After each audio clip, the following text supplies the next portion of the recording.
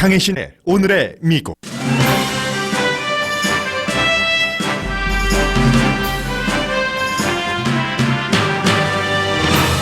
북한이 미국에 다다를 수 있는 탄도미사일을 여전히 개발하고 있다고 워싱턴 포스트가 보도했습니다. 한국에서는 액체형이기 때문에 발사하기 전에 파악하기 쉽다고 전하지만 미국에서는 북한이 미국을 속이려고 한다는 데 주목합니다. 현재 북한 핵 이슈에 대한 미국 정책은 오바마의 전략적 인내와 마찬가지고 트럼프 대통령이 비핵화에 관한 김정은의 뜻을 파악하지 못하는 것 같다는 지적이 이어집니다. 여드레 전에 이란과 말전쟁을 했던 트럼프 대통령이 이란이 원하면 조건 없이 만날 수 있다고 말했습니다. 그러나 폼페오 장관은 대통령과 다른 말을 했고 이란은 미국 태도가 변하지 않으면 안 만난다고 밝혔습니다.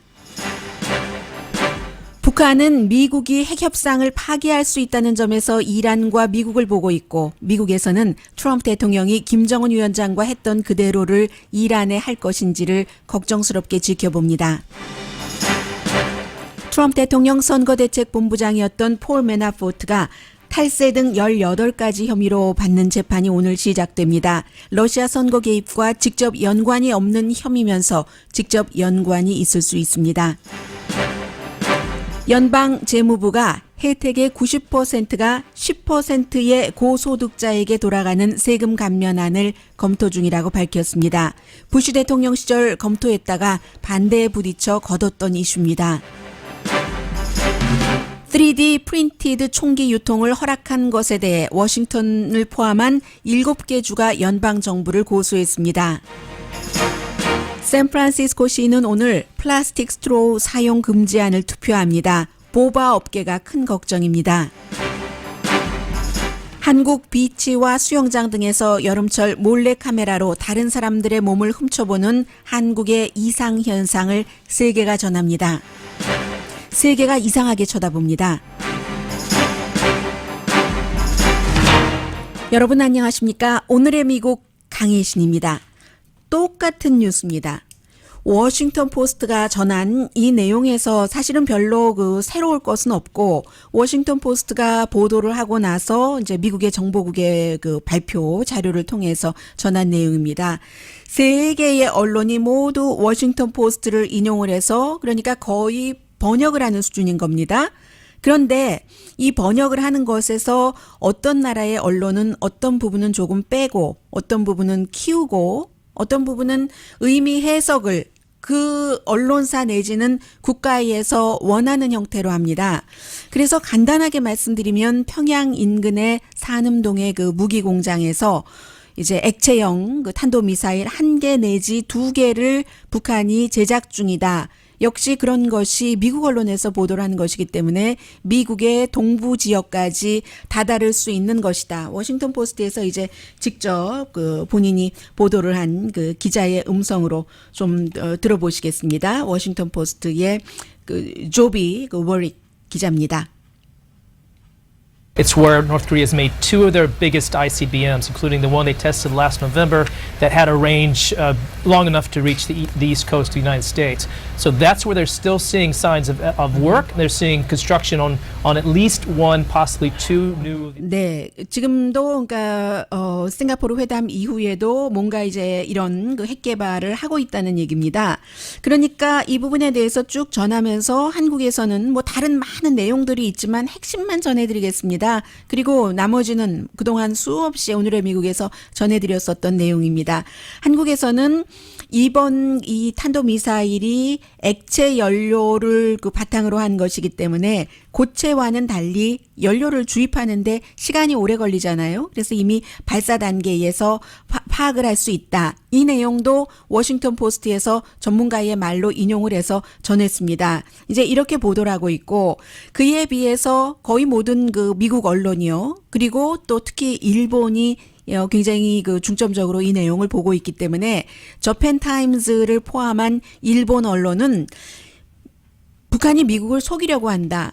그 속이려고 한다는 게 이제 앞으로 협상 과정에서 한 20개 정도의 핵탄두를 없애주고 그리고는 이제 또 다른 그 수십 개를 또 비밀리에 지키고 여러 가지를 업그레이드하는 식으로 속이려고 한다는 데 포커스를 두고 있거든요. Conceal this activity. concealed라고 US and finding 얘기하죠. out what they're doing so they don't have to give it up.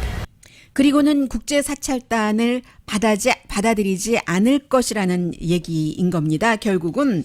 그래서 이제 많은 이제 또 다른 그 워싱턴 포스트와 인터뷰를 한 전문가들이 이거는 뭐 특별히 달라진 게 없다. 비즈니스 as usual인 거다. 활동 계속하는 것이 놀랍지 않고 마이크 폼페오 국무장관도 이미 의회 청문회에서 그렇게 얘기를 했다. 그리고 또 그 38 노스를 운영하고 있는 조엘 위트 씨, 전에 뭐 국무부의 특사로 페이스 투 페이스 북한과 협상을 했었던 사람입니다.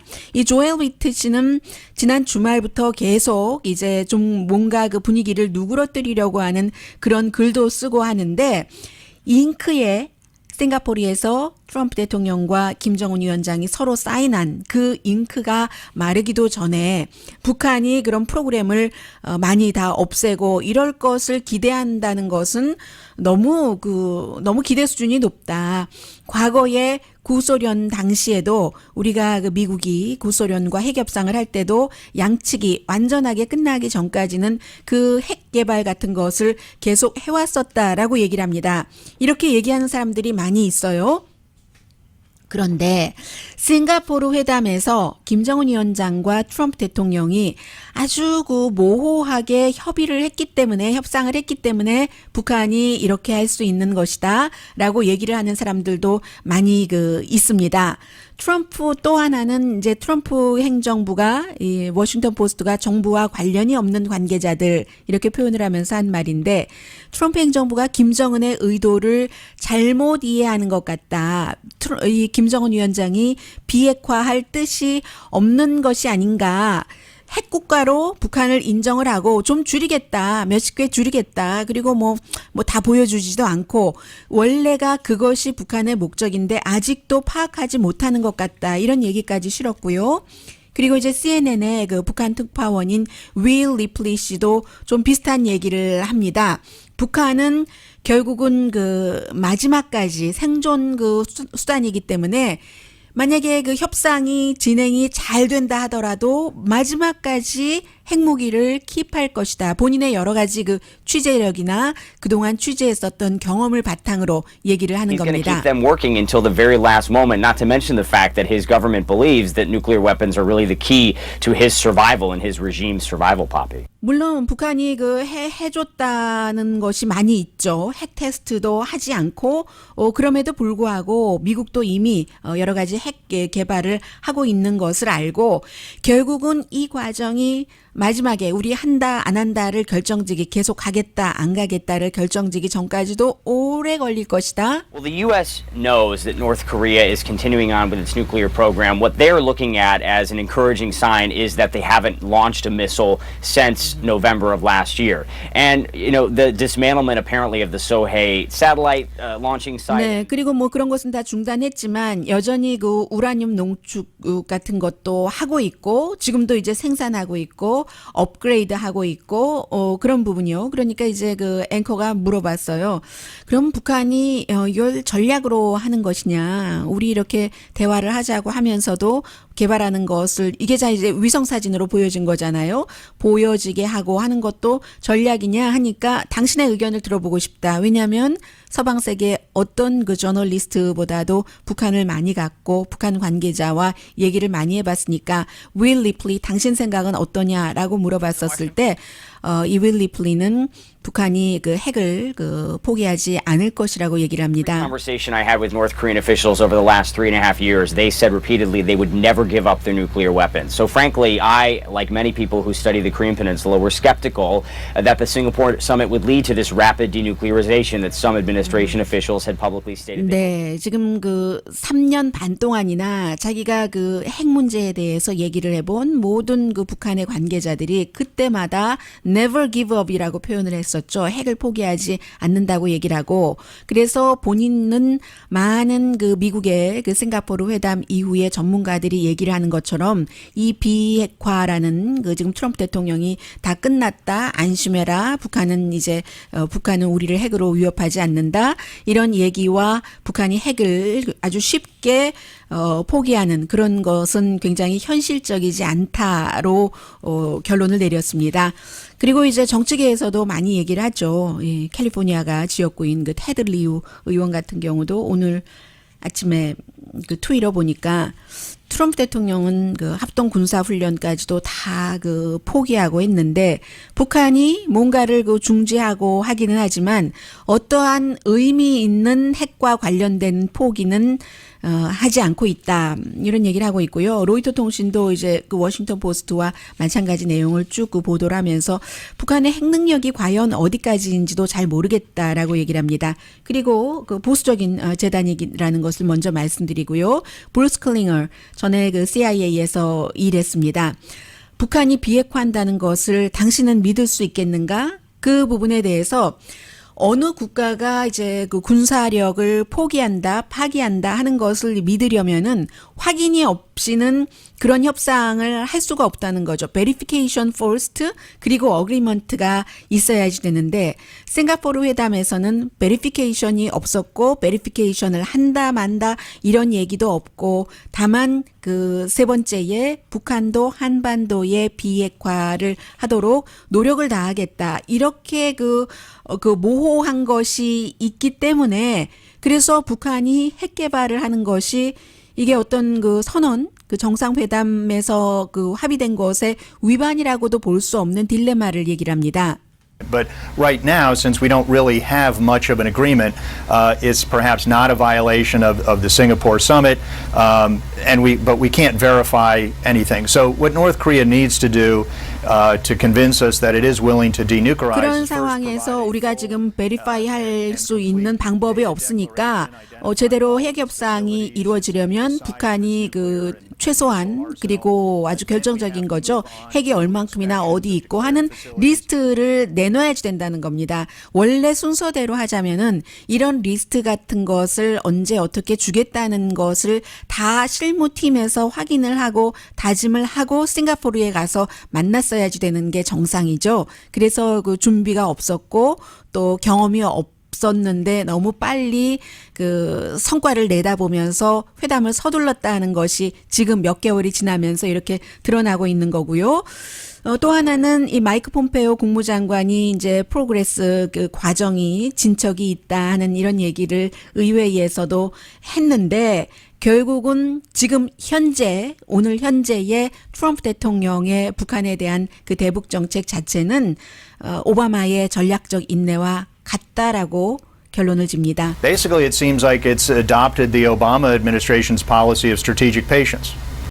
어답티드라고 얘기를 하고 있군요. 이 그 당시의 전략적 인내를 이제 가져와서 하는 것 같다. 실제로 마이크 폼페오 국무장관이 전략적인 외교라고 표현을 했어요. 그 말을 했을 때 그 말이 그 말인 거죠. 그래서 글쎄요. 이 지금 북한 핵 문제는 어디까지 갈 수 있을지 트럼프 대통령이 언제까지 물론 정치적으로 본인이 이득이 된다고 생각할 때까지는 밀고 가겠지만 그 이전에 북한이 먼저 깰 이유는 없죠. 북한은 많은 것을 지금 덕을 보고 있기 때문에 그래서 점점 싱가포르 회담이 6월 12일이었는데 오늘이 7월의 마지막 날입니다. 한 달 반이 지났는데 한 달 반이 지나는 동안 크게 북한 쪽에서 핵심적인 것을 포기했다 하는 것이 없고 물론 미국은 종전선언이라는 것을 북한이 원하는 것을 지금 해주지 않고 있는데 그 부분에 대해서도 지금 미국과 한국에서 포커스를 두는 부분이 다릅니다.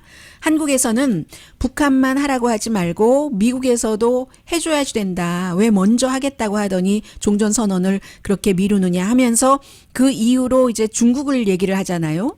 중국도 이 한반도의 비핵화라든가 평화를 위해서 어떤 역할을 했다. 미국과 경쟁적인 국가로서 그것 때문에 그게 싫어서 미국은 중국을 빼려고 한다.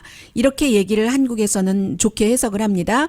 그러면서 그렇기 때문에 이제 그 문재인 행정부가 어렵기는 하지만 다시 미국을 설득시켜서 중국까지 포함해서 종전선언을 하도록 해야지 된다. 그게 중국이 이런 부분으로 거스르기 때문에 그렇다라고 표현을 하는데 사실은 한 발짝 더 나가야지 되는 거죠. 중국이 들어가는 것도 중국이 들어가는 거지만 결론적으로는 이게 종전선언이 평화협정으로 가고 나서 주한미군까지 빼야 되는 거잖아요. 중국이 종전선언에 어떤 역할을 하던 말던 이것도 중요하지만 결정적으로는 미군이 나오는 것, 한반도에서 이 미군이 나올 때 이 한반도를 포함한 이 아시아에서의 역할, 힘 같은 그 축이 중국 쪽으로 넘어가게 되는 거잖아요. 미군, 결국은 이제 주한미군에 관한 그 부분 미국이 결정을 해야지 되는 거죠. 이게 평화선언까지 가고 나면은 아시아에서의 영향력이 줄어들 수도 있고 중국이 그 사이에 정말로 그 북한의 영향력을 많이 미칠 수도 있고 북한으로서는 미국에도 완전히 속하지 않고 중국에도 완전히 속하지 않고 자립하겠다는 뜻이겠지만 어쨌든 역학관계가 이런 상황에서 트럼프 대통령이 아무리 뭐 돈 많이 들어 주한미군을 빼야 되겠어 이런 얘기를 한다 하더라도 힘을 완전히 그럼 아시아에서 당신 힘 빼겠어? 이렇게 얘기를 할 때는 이게 쉽지가 않다는 거죠. 그래서 정전협정이 어려운 거죠. 종전협정이요. 종전선언이요. 트럼프 대통령은요. 분리할 때는 트윗을 안 합니다. 본인이 적어도 누군가를 마구 공격을 할 수 있다고 생각을 할 때는 공격을 하지만 지금 이런 내용이 어제 오늘의 미국이 끝나고 오후에 워싱턴 포스트에서 보도를 했거든요. 오늘 아침에 신문 받아보기 전에 미리 인터넷으로 다 나오는데 인터넷 신문으로 시간이 꽤 흘렀는데도 여기에 대해서 말하지 않고 백악관의 기자들이 물어봐도 말하지 않고 국무부에서도 별말 없고 그만큼 사태가 심각하고 트럼프 행정부로서는 궁지에 몰렸다는 거죠. 이번 케이스가. 자, 잠시 뒤에는 또 다른 문제입니다. 많은 사람들은 이 사람 왜 무슨 돈 세탁 이런 걸로 기소가 됐는데 왜 그 러시아 사태하고 무슨 상관이야 라고 얘기를 하지만 트럼프 대통령이 선거대책본부장을 지냈기 때문에 가장 많은 것을 알 수가 있습니다. 그리고 우크라이나에서요. 그 러시아 정권 다 무슨 컨설팅 같은 것 해주고 세금 같은 거 안 내면서 6천만 달러 정도를 벌었다고 하거든요. 우크라이나, 러시아 다 연관되는 거잖아요. 그래서 이제 폴 매나포트 재판이 시작되는 게 굉장히 중요하고 이미 그 리비아에서 이란과 미국과의 핵협상 미국이 깬 거 여기가 또 이제 사람들이 이제는 또 그 북한을 모델 케이스로 보고 있습니다. 북한과 블라디미르 푸틴 대통령과 김정은 위원장을 만난 트럼프 대통령이 그럼 이란과도 이렇게 지금 모델 케이스로 보고 있고요. 또 리처드 닉슨을 물러나게 한 그런 저널리스트가 지금 백악관에 관한 책을 써서 발표를 한다는 내용도 있고 3D 프린티드 건에 대해서는 얼마 전에 말씀을 드렸는데 국무부가 누구나 다 인터넷에서 3D 프린티드 건을 이렇게 카피해가지고 만들면 싸게 총을 만들 수 있잖아요. 그것을 허용을 해줬어요. 그러니까 여러 정부에서 고소를 했습니다. 잠시 뒤에 전합니다. 라디오 서울 방송 오늘의 미국 듣고 계십니다.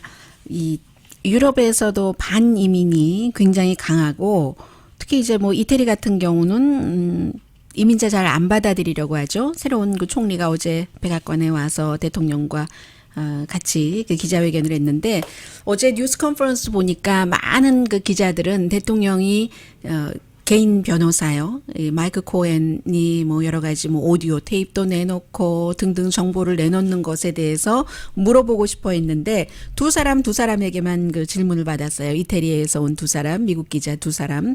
미리 아마 어제 같은 경우는 쭉 기자회견 보니까 누가 어떤 질문을 할지를 받아놓은 것 같았습니다. 가장 핫하게 정상적으로 내버려 두면 누구가 질문을 하던 어떤 기자가 질문을 하던 그런 내용을 했었어야지 됐고 많은 사람들이 뭐 이태리의 총리와 미국 대통령이 얘기하는 과정을 이태리 총리가 뭐 이탈리안으로 얘기를 하는 것을 다 그 영어로 번역까지 하면서 생중계를 한 것은 그 끝나고 나서 이 기자들의 질문을 듣기 위해서였는데 그런 질문 없이 그냥 아주 평이한 질문으로 넘어갔거든요. 그런데 대통령이 그 얘기하던 도중에 이란이 그 만나기를 원하면 이건 질문이었어요. 맞습니다.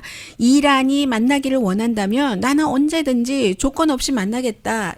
다시 되물으니까 역시 조건 없이 만나겠다라고 얘기를 했습니다. 그에 대해서 이제 이란 대통령의 자문은 이란을 미국이 지금 존중하지 않고 태도가 그런 형태고 그리고 또 핵을 파기한 것 이것도 원상복귀하기 전에는 우리는 그 미국과 협상하고 싶은 뜻이 없다라고 얘기를 했고요. 마이크 폼페오 국무장관도 말이 왔다 갔다 해요. 어제는 그 대통령이 또 뭐 이란에 대해서 그 조건 없이 만나겠다는 것을 지지하긴 했지만 또 불과 또 며칠 전에는 이란 국민들에게 마치 그 시위를 하라는 듯이 그 독재 정권 뭐 그래서야 되겠는가 뭐 이런 얘기도 했고요. 결국은 대통령이 만나겠다 하는 것을 지지를 하기는 했지만 이 이란 자체도 기본적으로 바뀌어야지 된다. 국민에 대해서도 잘 해줘야지 되고 뭐 이런 얘기를 아주 뭐 애매모호하게 왔다 갔다 하면서 합니다. 마이크 폼페오 국무장관도. If the Iranians demonstrate a commitment to make fundamental changes in how they treat their own people, reduce their malign behavior, can agree that it's worthwhile to. 근데 이게 말이 맞지 않죠. 이란도 뭐 국민들을 그렇게 대우하면서 그러면 북한도 마찬가지죠. 북한도 사실은 엄밀히 말하자면 한 그 정상적인 국가로 인정을 하면서 미국이라는 국가가 국가 대 국가의 지도자로 만나는 게 맞기도 하고 맞다고 하기는 애매하기도 한 게 있죠. 세계에서 가장 그 국민의 인권을 유린하는 국가 가운데 포함을 뭐 몇 개의 국가를 꼽아라 하면은 북한이 들어가잖아요. 그럼 미국이 지금 일관성이 없는 거잖아요. 이란이 뭐 국민들 시위한다고 그렇고 그런 독재를 하면서 국민들에게 잘해줘야지 된다라고 얘기하면서 북한과는 또 그 얘기를 지금 싹 하지 않고 있잖아요. 그리고 또 중요한 게 지금 그 국무부의 그 출입 기자인 미셸 커진스키라는 CNN의 기자가 얘기를 하기를 우리 자신들도 너무 혼돈된다는 겁니다. 김정은과 하는 것과 똑같이 지금 조건 없이 만나겠다고 했다가 아니라고 했다가 또 만나겠다고 했다가 지금 이란과 하고 있는 그런 모습이 굉장히 그 미국의 그 국제 정책으로서 위험하다는 거죠. Kim Jong-un, where you had all of these threats and rhetoric, and then, okay, let's sit down and talk anytime you want. Oh, no, let's not sit down and talk anytime you want. Let's make sure you do something historic. Okay, you don't have to do anything historic. Let's just talk. I mean, it just goes back and forth. And remember, at one point, President Trump called Kim Jong-un things like honorable and smart. Are we going to see something similar to that here? 네, 이런 그 비슷한 그 김정은 위원장에게도 이랬다 저랬다 하고 현명하고 이렇게 한다고 했다. 이런 것이 지금 이란에 그대로 적용이 된다고 보고 있는 겁니다. 그리고 대화는 항상 좋은 거죠. 전쟁보다 대화가 좋은데 그 리스크라는 게 미국이 독재자들을 만나면서 그들의 손에 그들이 원하는 것을 쥐어준다는 겁니다. 세계 무대에서 블라디미르 푸틴도 마찬가지였어요. 굉장히 힘이 많고 오일이 많은 국가이긴 합니다만은 서방 세계에서는 그가 정치적인 적을 살해하고 또 많은 그 재산을 축적을 하고 사람들을 억압하고 압박하고 하기 때문에 닮고 싶은 사람이 아닌 또 더군다나 지도자로서는 그런 사람으로 보는데 그런 사람을 칭찬하면서 옆에 서서 뭐 영광이라고 하고 뭐 등등 어떻게 내가 이 사람 말을 믿지 않을 수가 있느냐 이렇게 하는 것이 김정은 위원장과도 마찬가지로 그렇게 하는 것이 미국이 그 독재자들에게 권위를 인정해 주는 것이고 그런 것이라고 이란도 지금 또 그렇게 할 것인가? 라고 의문을 제기합니다. The real risk, though, is when the U.S. sits down with dictators and murderers and the mindset is nowhere near the same, and then you hand these people wins or approval or let them get away with things, as we have already seen with Kim Jong-un and Vladimir Putin, Poppy. 네. 그렇죠. 독재자면서 살인을 하는 사람들이니까요. 살인자에게 그럴 수가 있는가. 그리고 사실은 북한과 김정은 위원장 같은 경우는 조금 그 통하는 것도 있는 게 일단 기본적으로 뭐 사회주의가 됐던 공산주의가 됐던 민주주의가 아닌 그런 바탕의 그 지도자로서 어떤 그 지도자 교습을 받고 실행에 옮기고 정권을 잡고 있는 사람들이라는 그런 주체는 굉장히 말을 잘합니다. 그리고 실제로 나름대로의 명분이 있어요. 트럼프 대통령처럼 수십 년 동안 그 사업가로서 다 와서 뭐 좀 굽히고 이런 그 yes or no를 빨리 결정해야지 되고 이런 토양에서 자란 사람들은 그런 그 독재자들을 만나고 독재자 그 주변에서 많은 사람들이 을로 굽슬거리고 이런 것을 볼 때 이게 굉장히 효율적이기도 하고 또 그 분위기에서 감도는 그 아주 그 묘한 마초 같은 파워 같은 게 있잖아요.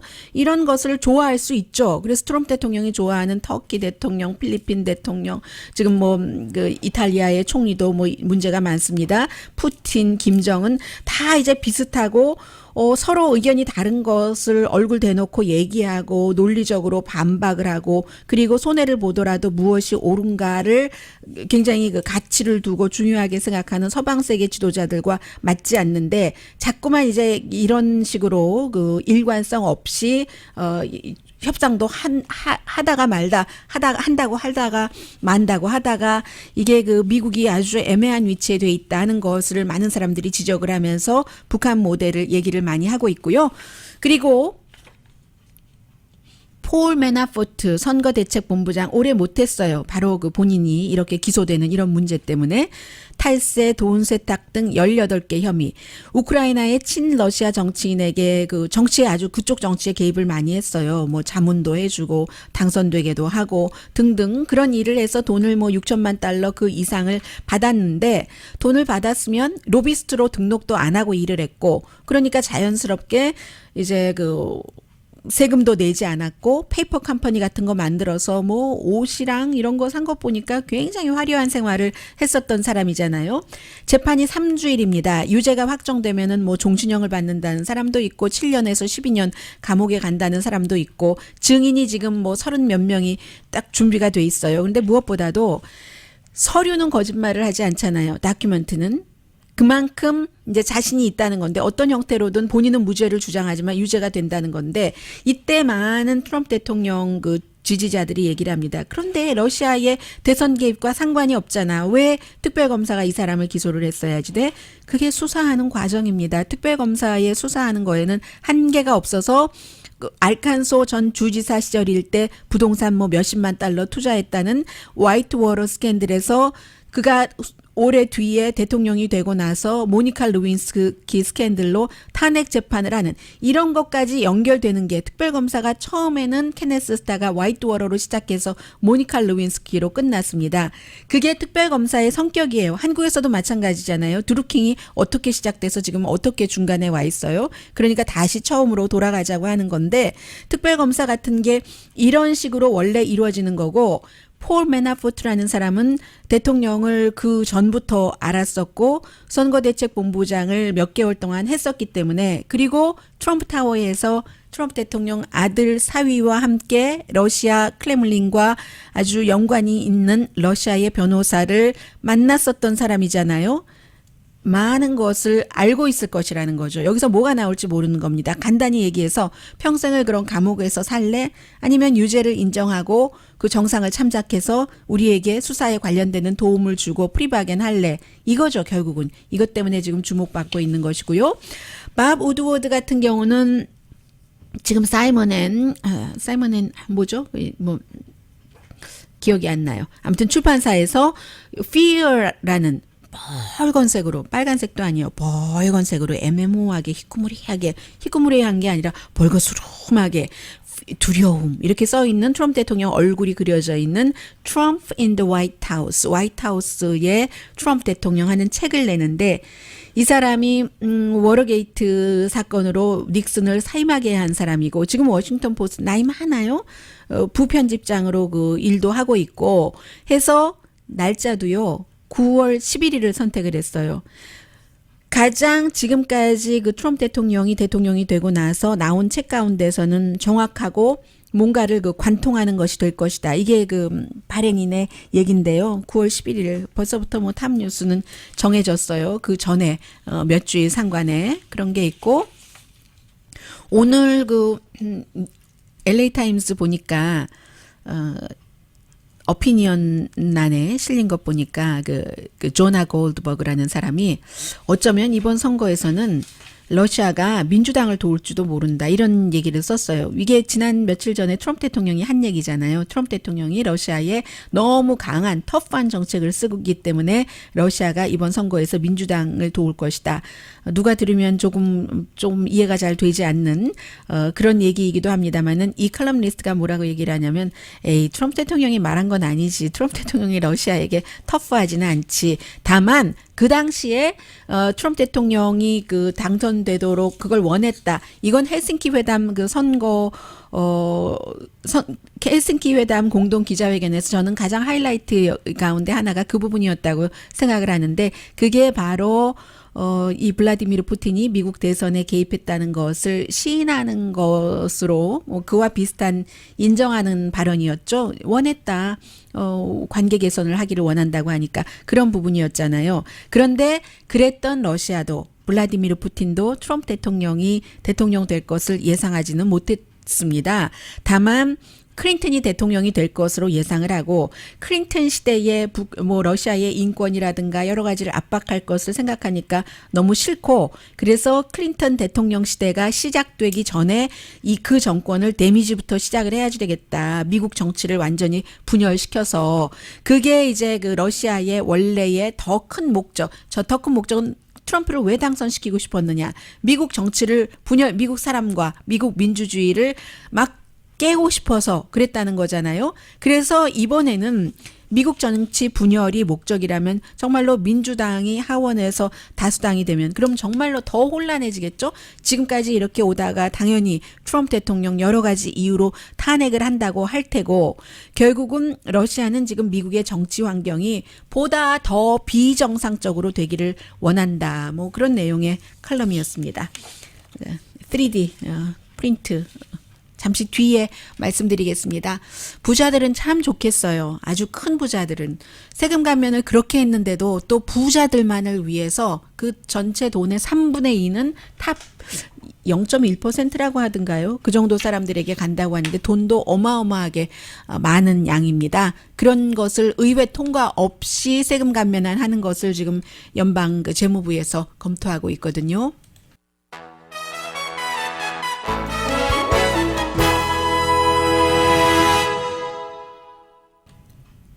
라디오 서울 방송 오늘의 미국 듣고 계십니다. 네, 이게 이루어질지 이루어지지 않을지는 모르겠습니다만은 의회 승인을 피해서 이제 새로운 세금 감면안을 또 낸다 한다는 건데 부자만을 위한 거예요. 자본소득세인데 그 캐피털 게인이요. 지금 한 뭐 20% 정도 돼 있죠. 그런데 이것을 예를 들어서 이렇게 하겠다는 겁니다. 의회를 통과시키지 않고 이게 이제 백악관의 국가 경제위원장인 레리 컬트로가 아주 오랜 동안 주장을 해왔었고 과거에 부시 대통령 시절에도 하려고 하다가 사람들이 반대가 너무 많고 고소당할 것이다 해서 하지 않았거든요. 베네핏의 97%가 가장 돈을 많이 버는 사람 10%에 가고 그리고 이제 조금 다른 식으로 따져보면 3분의 2, 베네핏의 그 돈의 3분의 2가 탑 0.1% 돈 버는 데 갑니다. 왜냐하면 돈 많이 버는 사람은 이렇게 그 회사에 나와서 일하고 돈 버는 게 아니라 뭐 주식 같은데 투자를 해서 버는 그런 것이잖아요. 92년도에 아무튼 하려고 하다가 말았던 건데 현재 예를 들어서 예전에 주식을 한 80년대에 10만 달러 주고 샀는데 지금 100만 달러가 됐으면 90만 달러에 대한 세금을 내야 되잖아요. 그런데 여기에 인플레이션을 감안을 해서 계산을 하게 해준답니다. 그러면 이제 한 30만 달러를 줄여줘서 일부만 30만 달러를 빼고 내게 해주는 그렇게 되는 경우는 굉장히 큰 덕을 보게 되잖아요. 이제 자본소득세에 대해서 과거에 산 것을 지금 90만 달러에 번 것에 대해서 다 내지 않으니까 이렇게 될 때 무슨 일이 생기냐면 연방 정부의 수입이 줄어들겠죠. 지금 전체적인 규모가 얼마냐면요. 뭐 천 몇백억 달러라고 하는 것 같은데요. 미국이 뭐 중국에 수출하는 물량이랑 비슷하네요. 그렇게 한다고 하는 것 같던데 그렇게 될 때는 앞으로 10년 정도를 이렇게 하다 보면 1,020억 달러 세금이 줄어든답니다. 세금을 줄여주는 거니까요. 이게 이제 와튼 스쿨과 의회의 분석이거든요. 그러면 지난번에 세금 감면으로 지금 뭐 일부 그 덕을 보는 그 덕을 많이 보는 사람은 일부고 뭐 조금 별로 눈에 띄지 않게 보는 사람들도 일단은 있고 나중에 이 사람들은 덕을 많이 보는 사람들은 끝까지 덕을 보고 덕을 조금 보는 사람들은 이제 몇 년 있으면 세금이 더 올라가는데 세금을 1조 5천억 달러를 감면해 줬기 때문에 그렇지 않아도 연방 정부가 이제 세금 수입이 줄어들고 있잖아요. 여기다가 더 천 몇백억 달러를 또 해준다고 하면은 이게 세금이 또 줄어든다는 거죠. 정부가 세금이 줄어들 경우는 이제 공화당 같은 경우는 특히 작은 정부를 얘기를 하고 계속 뭐 웰페어 줄이고 요즘 주변에서도 전에 그 받던 것보다 못 받으신다는 분들도 많이 계시고요. 여러 가지 그 정부가 꼭 그 보조를 해줘야지 되는 뭐 노약자들이라던가 그런 그 액수가 줄어들었다거나 이런 분들이 굉장히 많으신데 이게 다 이제 이런 데서 오는 거죠. 정부가 세금이 줄어들면은 당연히 그 줄이는 그런 그 부분이고요. 어쨌든 이게 많은 사람들에게 해당되는 게 아니라 베네핏의 97%가 탑 소득자 10%에 가는 거니까 이런 탑 소득자들이 지금 트럼프 대통령을 지지하고 또 이 같은 그 정책을 지지하는 것은 뭐 개인적인 인간적인 그런 것으로 생활인으로 볼 때 너무 당연하다고 생각이 되고요. 그에 비해서 오히려 그로 인해서 그 어떤 혜택을 받지 못하면서 또 그 소수 인종이라고 비하당하면서 그러면서도 또 그 트럼프 대통령을 지지하시는 분들은 또 더 강하게 지지를 하시거든요. 아주 그 묘한 그런 것들이 있어요. 3D 프린티드 건에 대해서는 간단히만 말씀드릴게요. 워싱턴주 캘리포니아는 없네요. 커네디컷, 뭐 펜실베니아, 뭐 뉴욕, 뭐 오레곤, 디스트릭 오브 컬럼비아가 행정부를 소송을 했는데 이게 이제 2015년부터 어떤 사람이 3D 그 프린티드로 해서 이제 그 딱 그 컴퓨터로 프린트 아웃을 해서 그렇게 해서 실제적으로 총을 만든다 하면은 실제 원래 사는 것보다 총을 싸고 쉽게 살 수가 있고 아무래도 백그라운드 체크에서 빠져나갈 수가 있고 하지 않겠어요? 그래서 그 전에 그 정부에서 2015년부터 이런 일이 있었는데 계속 거부를 해오다가 이건 말이 되지 않는다 하다가 이번 행정부에서 그걸 허락을 해줬습니다. 소송한 사람한테 소송 비용까지 다 줬어요. 그랬더니 이렇게 연방 정부에서 아무리 표현의 자유가 있고 뭔가를 그 정보를 공유한다고 하지만 이거는 문제가 다르다. 앞서 말씀드린 그런 것 때문에요 하고 고소를 해서 어떻게 될지 모르겠네요. 트럼프 대통령도 이 부분에 대해서 넌센스다라고 트윗한 것 같던데요. 그리고 샌프란시스코에서 이 방송 듣고 계신 분들 안녕하세요. 스타벅스도 아니고 전체적으로 시에서 오늘 아직은 투표 안 됐겠네요. 슈퍼바이저 위원회에서 지난주에 기본적으로 승인을 했고 최종적인 승인 투표를 거친다고 하는데 그 보바 같은 곳은 보바는 아주 큰 그런 그 넓은 그런 지름이 제법 큰 스트로우로 마시고 해야지 되는데 완전히 플라스틱 스트로우를 금지해 버린다는 얘기예요. 지금 옐프에서 얘기하기를 한 200군데 이상의 보바샵이 샌프란시스코에 있다고 하는데 워낙에 아주 진보적인 그런 그 앞서가는 도시이기 때문에 플라스틱 안 된다. 심지어는 뭐 플라스틱 컵도 완전히 분해되지 않는 것은 못 쓰게 한다면서요. 그래서 이제 이 내용에 대해서 종이 스트로우도 있죠. 비싸서 그렇고. 그리고 미리 주문을 해놓지 못해서 한 4개월 정도 걸린다고 하는데 또 실제로 비싸니까 종이 스트로우를 생산하는 업체가 많지 않습니다. 큰일 났다. 그럼 스트로우 없이 어떻게 먹지? 스푼으로 먹어야지 되는가? 아우 더운데 그냥 쭉 그 빨대로 마시는 거지. 그게 뭐야? 이렇게 얘기하는 사람도 있고 결국은요. 이게 시장이 그 서명을 한다고 얘기를 했었는데 가격이 올라가겠죠. 환경 문제와 관련해서요.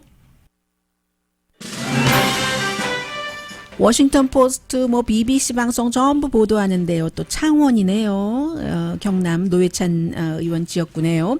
여기서 경찰이 얼마나 많은 수영장과 뭐 이런 비치 같은 데서 몰래카메라를 찾아내는가. 한국 분들은 다 아실 테니까 뭐 화장실 변기에도 모든 곳에 락커룸 뭐 등등 샤워 꼭지에서도 등등 이렇게 얘기하면서 미투 무브먼트도 좀 얘기했고요. 안희정 씨 얘기도 조금 나오고 있고요.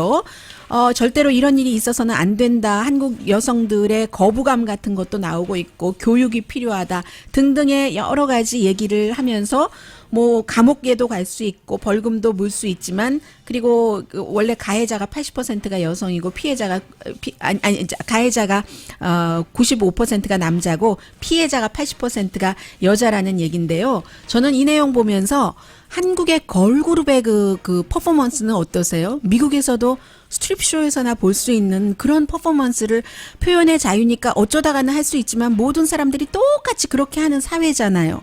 이게 연결이 되던데요. 오히려 강희신이었습니다.